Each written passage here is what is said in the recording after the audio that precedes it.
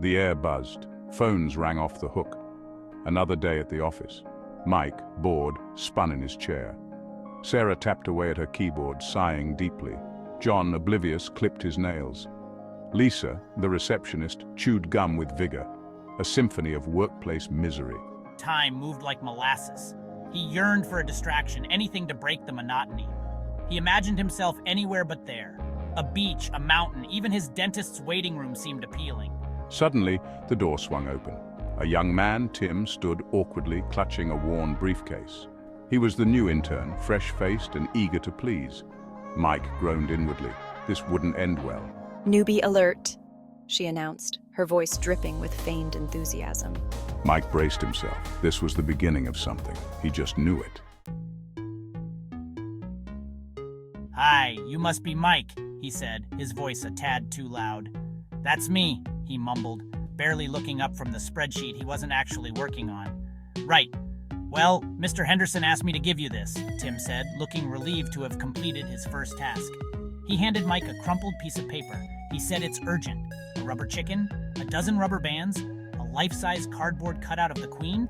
Mike muttered, his voice a mixture of amusement and disbelief. "What in the..." "What's this?" Mike asked, waving the list in front of John's face. "Ah, yes," he said, adjusting his glasses. "Mr. Henderson asked for those. For the client meeting, you know. Important presentation." "You're telling me," he began, his voice rising in disbelief, "that Mr. Henderson needs a rubber chicken and a cardboard cutout of the Queen for a client meeting?" Indeed. It's all part of his brilliant plan. You see, the rubber chicken represents... He trailed off, lost in a world of marketing jargon that only he seemed to understand. "This is insane, absolutely insane." The office transformed into a scene of utter pandemonium. Tim, following John's vague instructions, ran around like a headless chicken. He knocked over a stack of files, sending papers fluttering through the air. Swearing under her breath. "My desk! It's a disaster zone now." Sarah swore under her breath, her carefully organized desk now a disaster zone. Lisa, thoroughly entertained by the unfolding chaos, provided a running commentary. "And the newbie trips. $5 on him breaking something before lunch." Lisa announced, her voice laced with glee.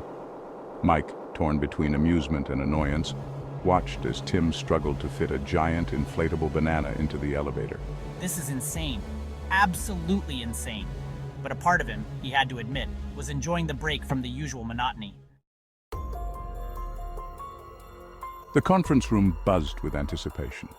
The clients, a group of serious-looking individuals in expensive suits, waited for the presentation to begin. Mr. Henderson, all smiles and handshakes, ushered them in. The moment arrived. Mr. Henderson reached for his briefcase, his face etched with confidence. He opened it, his smile faltering slightly. Instead of his usual presentation materials, he found a rubber chicken, a dozen rubber bands, and a life-size cardboard cutout of the Queen staring back at him. A wave of awkward silence washed over the room. The clients exchanged confused glances.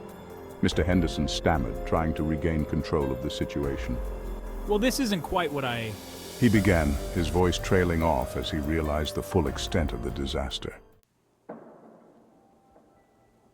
The clients, surprisingly, burst into laughter. The tension in the room dissipated, replaced by a sense of shared amusement. One of them, a jovial woman with a booming laugh, wiped a tear from her eye. "That's the best thing I've seen all week," she exclaimed. The meeting, against all odds, turned out to be a resounding success. The clients, charmed by the unexpected humor, signed the deal. Mr. Henderson, though initially mortified, played along, attributing the mix-up to a deliberate icebreaker. As for Tim, the intern who started it all, he was hailed as a hero, his blunder transforming him into a legend. He learned a valuable lesson that day. Sometimes, even the biggest mistakes can lead to the most unexpected and hilarious outcomes.